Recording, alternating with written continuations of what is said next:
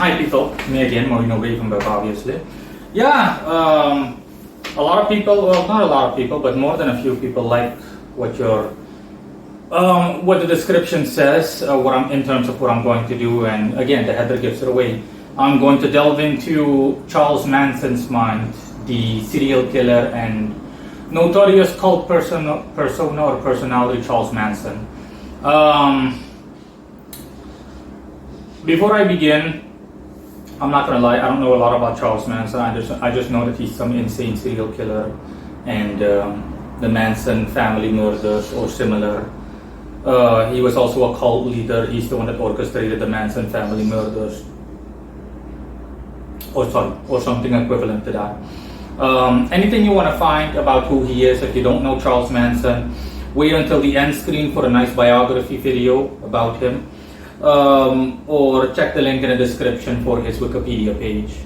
I'm also going to link the biography video in the description for people that want to watch it right from the get-go. Before I begin, okay, like I said, people really like it when I delve into people's minds, but I already have given more than enough examples, so I'll rarely be doing this. This is a treat, honestly, for people. And also I haven't done it in a really long time. I mean, specifically record the video where I delve into someone's mind. Just ignore the background noise. It's the middle of the day. I can't do anything about it. And while I'm at it, I need to point out something. Understand, I'm also going to point out what the danger is, the potential danger that is present when delving into someone's mind. What the danger entails, or what is dangerous about delving into someone's mind, the likes of which I have done and I'm going to do again, is that when you delve into the mind of someone that's toxic, the whole concept of mind delving, like I explained in other related videos, or in another related video called Mind Delving Elaborated or something similar, is a video where I'm outside wearing my blue Nike shirt, is that you connect with someone's astral body, and you connect with the highest form of their astral body, that part of their astral body that stores all memories and information and everything and anything you want to know about them, things that even they don't know about themselves. So whether the person is alive or dead doesn't matter. Charles Manson is long dead, I think. Yeah, not I think. Okay, he's long dead, but I don't know for how long. That's why I said I think. I was going to say I think for what, a decade or so? I don't know how long he's been dead, but he is dead, as far as I know. Yeah, and that's that in any case, and that's also why you can delve into someone's mind regardless of whether they're alive or dead. The danger is that if you're not mentally strong enough, I can't remember if I said this before, but I'm going to say it just for clarity's sake or clarification's sake. The danger is that when you delve into someone's mind and you're not mentally strong enough, their energy will rub off on you. And you can imagine if you delve into the mind of a serial killer or someone that's highly toxic at a spiritual level, it's just the energy will essentially be the equivalent of being exposed to radiation. That's how horrible it's going to be, and it can leave you traumatized for days on end. You'll immediately need to take a nap. It will potentially immediately corrupt your astral body. So obviously you really need to have one hell of a backbone to be able to do stuff like this. Again, I'm the only one that can do it at my level, honestly, the same way that I do everything else. For the rest, no issues. So yeah, let's get started. That being said, let's get started. I can easily do this by I don't even have to close my eyes. I can do all of it by literally just staring into blank space or something. But just for the sake of people watching this, you viewers, I'm going to do things in a step-by-step fashion so that you know. Okay? So yeah, I'm going to close my eyes first, and so that I get a picture of everything, and I'll relay everything, I'll narrate everything just like I've done in other mind delving videos, in relation to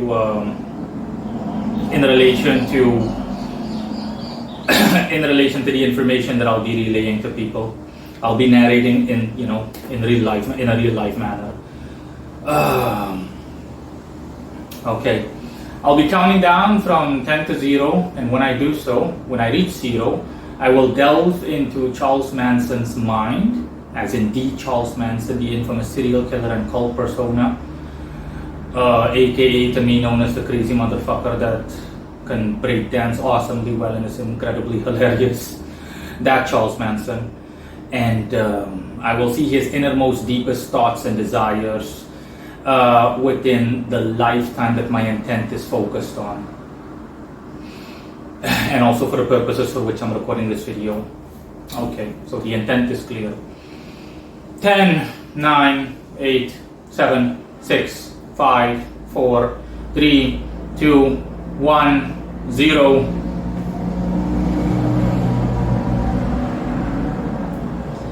Again, it's like I'm in an abyss. The first thing that I get is that I'm in an abyss, honestly.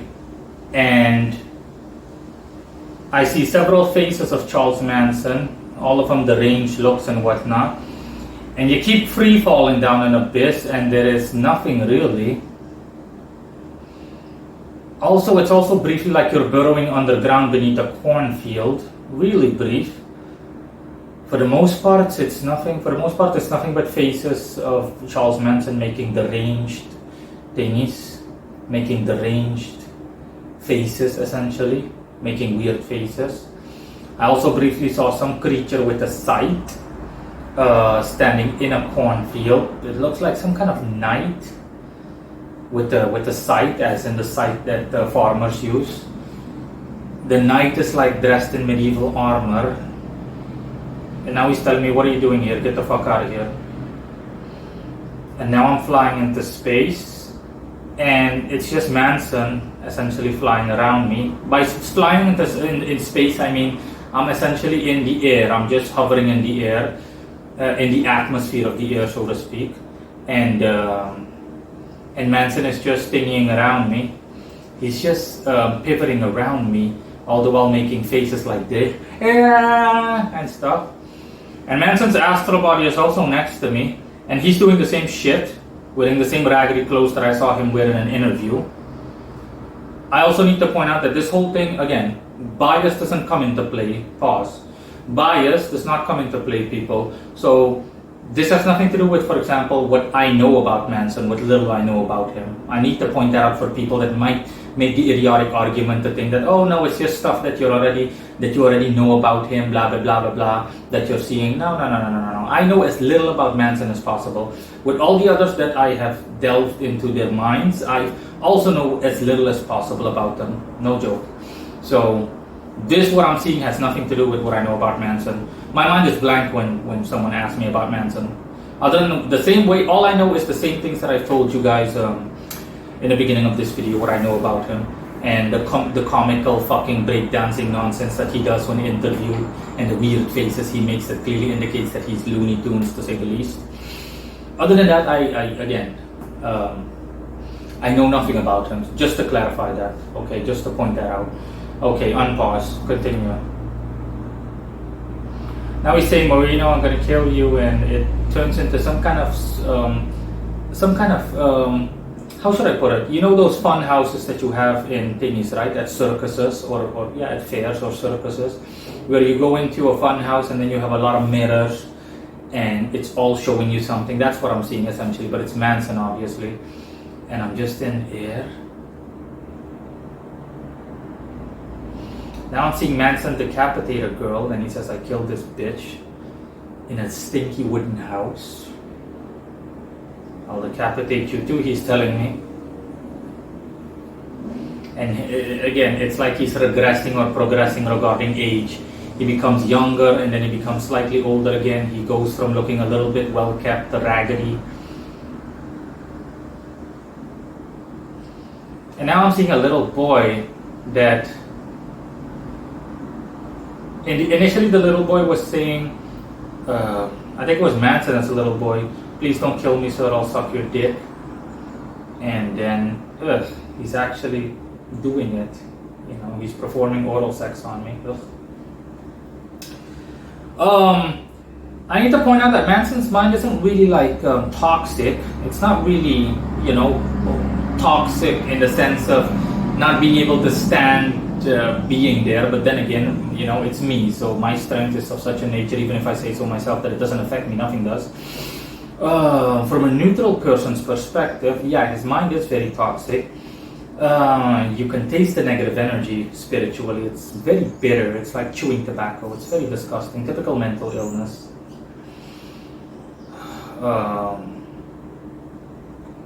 And yeah, I'm seeing Manson as a little boy wearing a striped black and red t-shirt. I mean, sorry, red and white t-shirt. And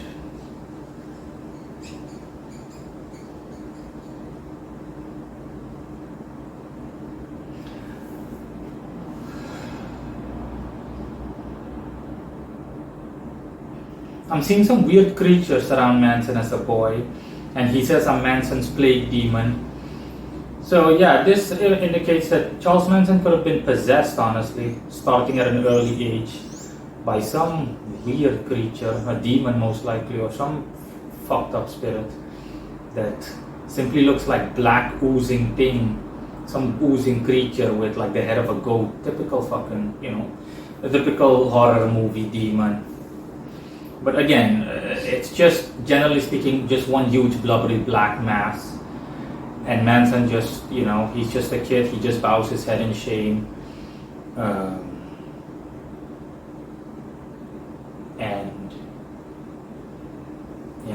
I think Manson potentially was sexually abused or coerced into sexual acts as a child or something like that. Okay, show me other stuff. Okay, deeper. Let's go deeper.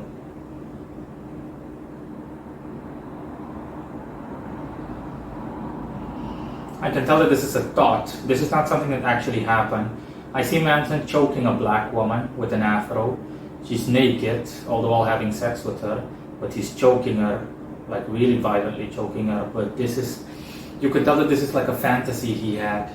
This is not a legitimate thought. Okay, what else? Show me some other stuff.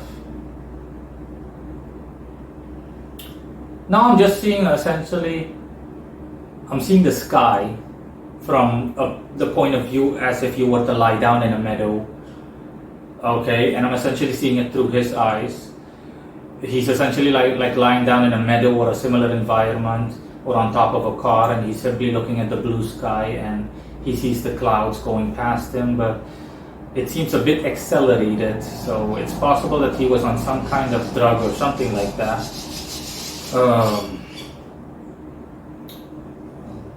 Okay, what else? I am feeling the pressure though. Okay, the pressure of Charles being so mentally ill is like really tremendous from a neutral point of view. On a scale of 0 to 10, the mental pressure is a 9. By mundane people standards. So yeah, the average person would immediately like have a breakdown or be traumatized if they were to do this, honestly, or at least something similar to that. They would experience something similar to that. Yeah, and that huge blob of fucking mass is still like present. The blob wasn't present in the beginning, but it keeps being present now. And for the rest, Manson's thoughts are completely distorted. Everything is hazy and unclear, nothing is ordered and neatly structured. And that goat-looking demon blubber creature thing, that malevolent entity, keeps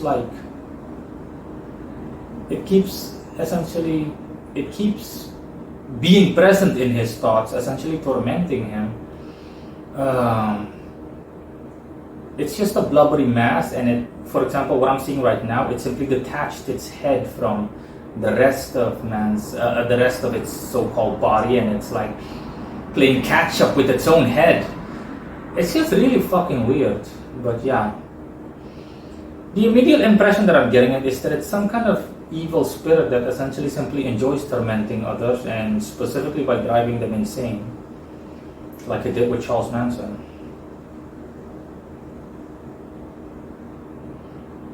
And now it's saying he's mine, there's nothing you can do about it. I mean, the entity is saying Charles is mine.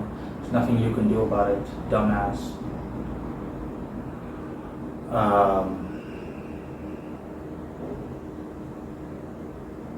Okay, anything else? Show me something else.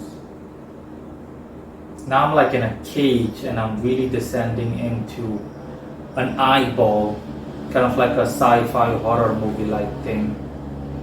And I'm seeing nothing but it's like I'm in a black ocean or an ocean, but it's dark, and we've got these really weird giant piranha swimming around me. This is all symbolic, of course, for Charles Manson's mind. This is like really fucking, this is just insanity taken to all other levels. This is essentially what his, this is not essentially, this is what Charles Manson's mind looked like when he was still alive. And up to a lesser extent, even in the afterlife. So yeah, he's still being tormented and whatnot. And now he's maniacally, Charles Manson is maniacally saying, I'm free, we. All the while, again, we're back in the air, suspended in the Earth's atmosphere, and there's nothing but blue sky around us. And his eyes are open and deranged again, and he keeps doing this.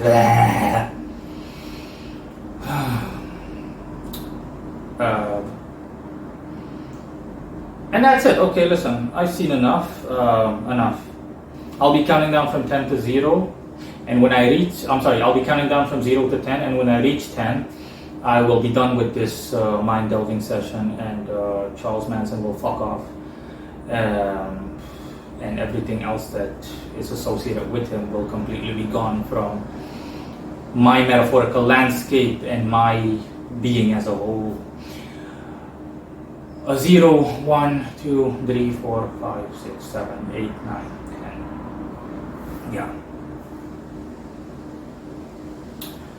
Yeah, that's essentially it. In terms of how I feel, like I said, I feel very, this is from a neutral person's perspective. I'm feeling fine, but if I were to place myself in the shoes of the average person, the neutral person, and yeah, now Charles's astral body is thanking me. He's saying, thank you for doing this. I'm not completely gone. By not completely gone, he simply means he's not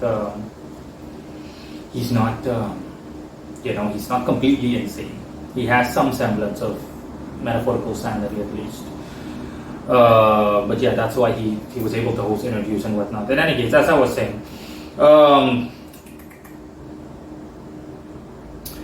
the way I feel super nauseous around my neck if I were the average person.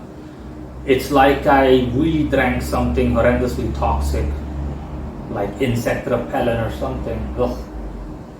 That's what this energy feels like, and just disgusting overall. The typical spiritual taste of flavor of mental illness. And yeah, regarding that entity, so yeah, most likely Charles Manson committed those acts because he was possessed by this malevolent entity. It's the first time as a magician, as a person as well as a magician, that I've seen an entity like that. And I'm being told that these guys are rare. You don't come across them all too often. It's the first time that I've seen an entity like that. Okay, some huge blubber of mass. Some huge massy blubber of black ooze. The goat head thing, goat man is obviously nothing new to me, but the way in which it operated, it was really like the spiritual equivalent of a virus, honestly. It reminded me of a movie that I saw. What was the movie called again? I think Splinter. Yeah, the movie was called Splinter. It's a nice horror movie, and the movie also has a similar horror movie monster that infects people and essentially uses their bodies for its own purposes, all the while deforming and malforming itself, and it oozes a black liquid and it creates black splinters and whatnot, blah blah blah. Again, you can also check the link in the description below if you want to watch that movie, if you're in the mood for a good horror movie. It's not an occult themed horror movie, otherwise I would do a separate video on that. I'm just bringing it up because it's the closest thing that I can come to in terms of a material explanation of what I saw. So yeah, feel free to watch the movie if you want. It's all up to you. I'm also going to link the trailer in the at the end screen of this video, as well as in the description. So yeah, if you only want to watch the trailer, watch the trailer. If you want to watch the full movie, watch the full movie. But yeah, that's everything that I saw, and that's essentially what Charles Manson's mind looked like, referring to, provided that if he had multiple lives, but I'm being told that he didn't, the life that we know about him, or that we know him for, essentially. So the lifetime in which he is named Charles Manson. And yeah, that's it in any case, guys. See you until next time, and I'll hear it if there's anything worth mentioning in the comment section. Bye bye.